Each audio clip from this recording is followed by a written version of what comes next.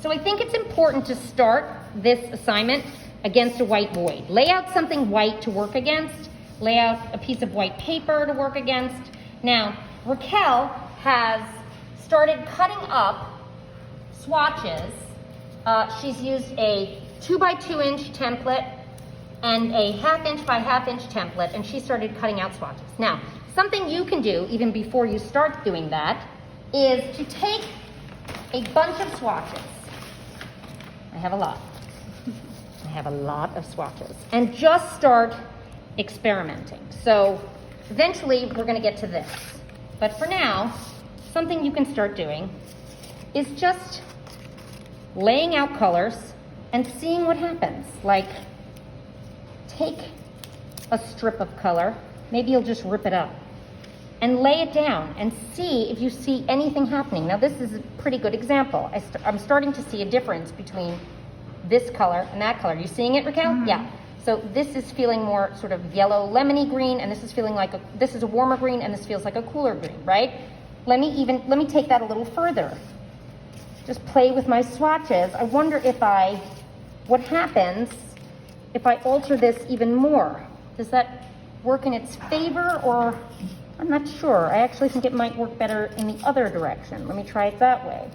I'm just trying to, that one really works, right? Woo. Okay, hot damn, I got one that really works. So now I might decide to cut these to 2 by 2 inches and cut these to 1/2 inch by 1/2 inch. Hopefully I haven't made them too small already. And I might commit to that one. I think in the beginning, the way to start is not specifically with the directions I give you here. The way to start is this way. Experiment and see what you get. And maybe you take notes like, okay, well, I've changed these colors by doing X, Y, Z, right? Let me try another one. I might say, like, what happens to these two colors? Okay, instantly, I see that this is much lighter than this, right? So I might write down, what is it about the two backgrounds? Well, they're both chromatic gray. This one's very dark, very low key on the value scale. This one's sort of a mid value, it's lighter. I wonder if I could even go lighter. Will it even be a more dramatic change? It's even more dramatic that way, right? So I might take some notes and write down what's happening, what change I'm seeing. But I might also say, okay, this is a good one. I'm gonna cut this out. So I might just start making these. And after I've found a bunch that do this successfully, let's try this. Then I might decide what change it is I'm seeing. Now, I see a change there. I'm not sure. Maybe this isn't the best choice. Let me let you peruse what Raquel's doing for a minute, and I will see if I can come up with a better option there. Let me see. Looking through swatches.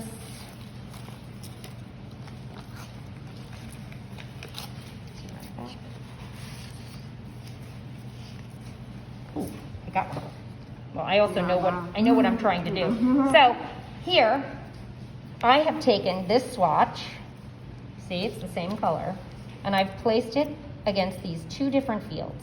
And I think I have very successfully shifted the hue of the internal color. Now, I'm not going to make a chromatic gray violet turn red, obviously, but I have shifted it from a warm chromatic gray violet to a cool chromatic gray violet. This one feels like it has more blue, and this one feels like it has more red or more purple in it, okay?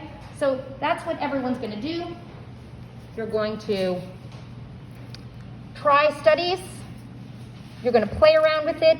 Once you have ones you like, you'll measure, you'll put them in the center, and you'll make sure when you find ones you're really happy with and you're going to commit to, you're going to glue them to the center of the page. You're going to have 2 per page, give them space in between them.